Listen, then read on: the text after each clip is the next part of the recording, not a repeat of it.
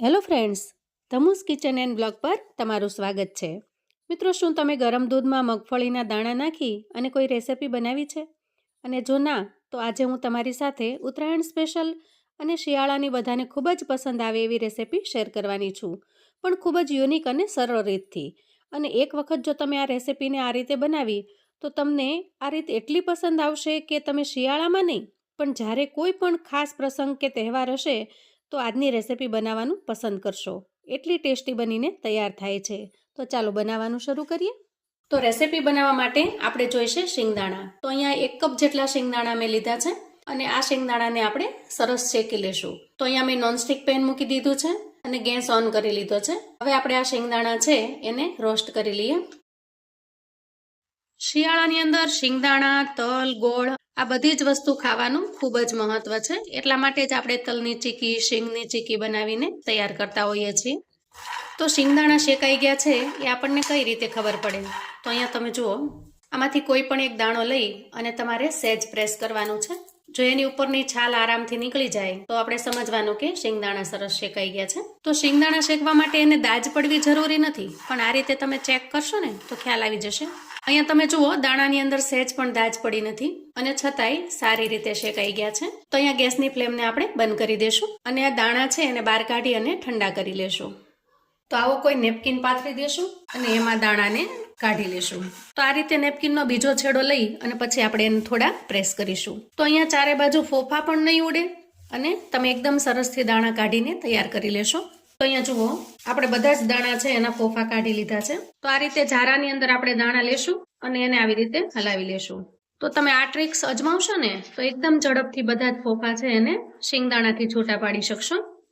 તમે જોઈ શકો છો કે 2 જ મિનિટની અંદર બધા જ દાણા છે એ છૂટા પડી જાય છે. તો આ રીતે આપણે દાણામાંથી ફોફા કાઢી લેવાના છે. હવે લઈશું આપણે એક મિક્સર જાર અને તૈયાર કરેલા દાણા છે એને જારની અંદર ટ્રાન્સફર કરી દઈએ. અને અહીંયા લઈશું આપણે 1 કપ જેટલું દૂધ. તો જે કપથી આપણે શિંગદાણા લીધા હતા એ જ કપના માપથી મેં અહીંયા દૂધ લીધું છે. તો આમાંથી થોડું દૂધ છે એને આપણે શિંગદાણાની અંદર નાખીશું અને બાકીનું દૂધ છે એને આપણે સાઈડ પર મૂકી દઈશું. અને અહીંયા ઢાંકણ ઢાંકી આપણે શિંગદાણાને ક્રશ કરી લઈએ. તો અહીંયા આપણે શિંગદાણાની પેસ્ટને ચેક કરી લઈએ. તો અહીંયા જુઓ, એકદમ સરસ પેસ્ટ બનીને તૈયાર થઈ છે.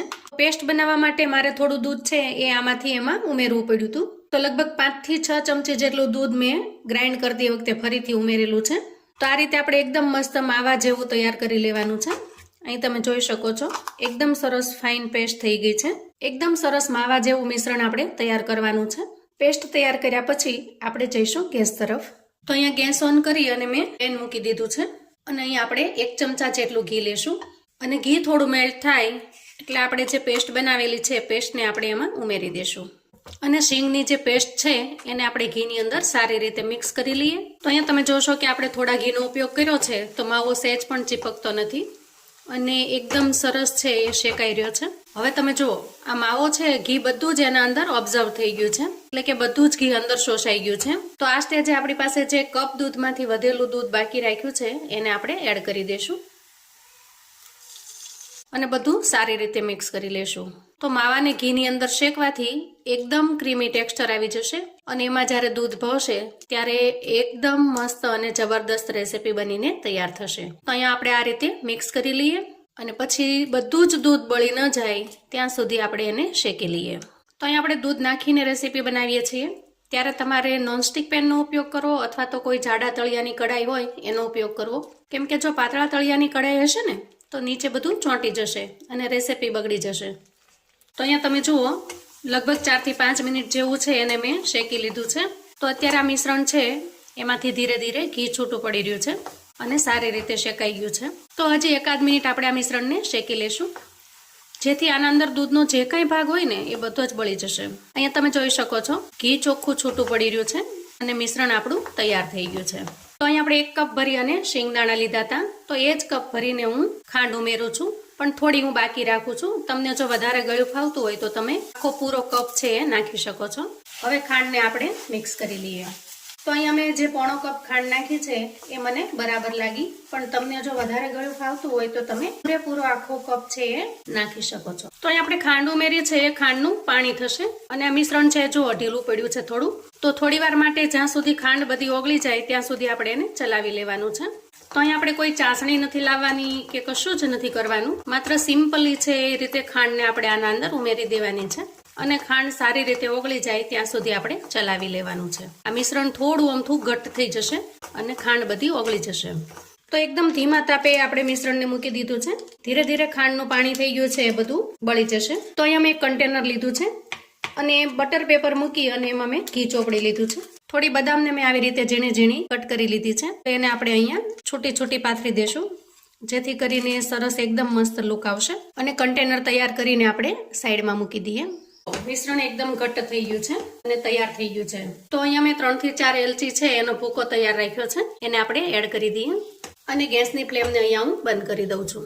ગેસની ફ્લેમને બંધ કર્યા પછી અહીંયા મેં 5 ચમચી જેટલો મિલ્ક પાવડર લીધો છે, એને એડ કરી દઈએ. એનાથી રેસીપીનું ટેક્સચર એકદમ ક્રીમી થઈ જશે. મિલ્ક પાવડરને આપણે ઉમેરી દઈએ.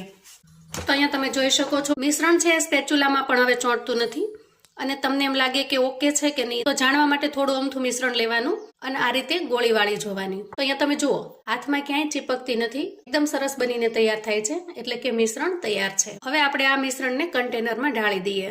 તો અહીંયા આપણે કન્ટેનરને અગાઉથી તૈયાર રાખ્યું છે અને પછી આ રીતે એને દબાવી દઈએ, એકદમ સરસ સેટ થઈ જશે. તો હવે આ મિશ્રણને તમે 1-8 કલાક ફ્રીજમાં મૂકી દો અથવા તો 2 થી 3 કલાક સામાન્ય તાપમાને રાખશો એટલે સરસ સેટ થઈ જશે. તો મિશ્રણ સામાન્ય તાપમાને આવે પછી આપણે પીસ કરી લઈએ. તો અહીંયા જુઓ મિશ્રણ એકદમ સરસ સામાન્ય તાપમાને આવી ગયું છે. હવે આપણે ડિમોલ્ડ કરી લઈએ. તો જુઓ કેટલો સરસ મજાનો લુક આવી રહ્યો છે અને અહીં આપણે મનગમતા શેપમાં કટ કરી લઈએ. તો મિત્રો આપણે અહીંયા ઉત્તરાયણ સ્પેશિયલ શીંગ પાક બનાવ્યો છે, પણ એનો ટેસ્ટ અને લુક છે એ તમને કાજુ કતરી જેવો લાગશે, કેમ કે તમે ટેક્સચર જોઈ શકો છો એકદમ સોફ્ટ અને ક્રીમી બન્યું છે. તો અહીં આપણે ચોરસ શેપની અંદર કટ કરી લીધો છે. મિત્રો શીંગ પાક તો તમે ઘણી વખત બનાવીને તૈયાર કર્યો હશે, પણ આ રીતે તમે ક્યારેય નહીં બનાવ્યો હોય. એકદમ ટેસ્ટી અને ખૂબ જ સ્વાદિષ્ટ બનીને તૈયાર થાય છે. અહીંયા તમે એનું ટેક્સચર જુઓ, કાજુ કતરીને પણ પાછી પાડી દે એવો સરસ ટેસ્ટ બનીને તૈયાર થાય છે. અને હું તો કહું છું મિત્રો એક વખત બનાવશો ને તો તમને આમાં કાજુ કતરીનો જ ટેસ્ટ આવશે, એકદમ સ્વાદિષ્ટ અને સાવ અલગ. તો મિત્રો તૈયાર છે કાજુ કતરીના ટેસ્ટને પણ ભૂલાવી દે એવો આપણો શીંગ અને દૂધનો શીંગ પાક. તો આ વખતે ઉત્તરાયણની અંદર ચીકી બનાવો એની સાથે આ રીતે શીંગ પાક બનાવીને તૈયાર કરજો. તો મિત્રો આવું અવનવું જાણવા માટે તમે જો ચેનલ પર નવા છો તો પ્લીઝ ચેનલને સબસ્ક્રાઇબ કરો. વિડીયો ગમે તો લાઈક અને શેર કરો. તમારા સગા સંબંધી મિત્રોમાં પણ આપણી આજની દૂધમાં શિંગદાણા મેળવી અને શીંગપાક બનાવવાની રેસીપી ચોક્કસથી મોકલી આપજો, જેથી આ વખતે ઉત્તરાયણમાં એ લોકો પણ બનાવીને તૈયાર કરી શકે અને એન્જોય કરી શકે. અને મને કોમેન્ટમાં ચોક્કસથી જણાવજો મિત્રો કે તમને આજની રેસીપી કેવી લાગી છે. ફરી મળીએ એક નવી રેસીપી સાથે. ત્યાં સુધી આવજો મિત્રો.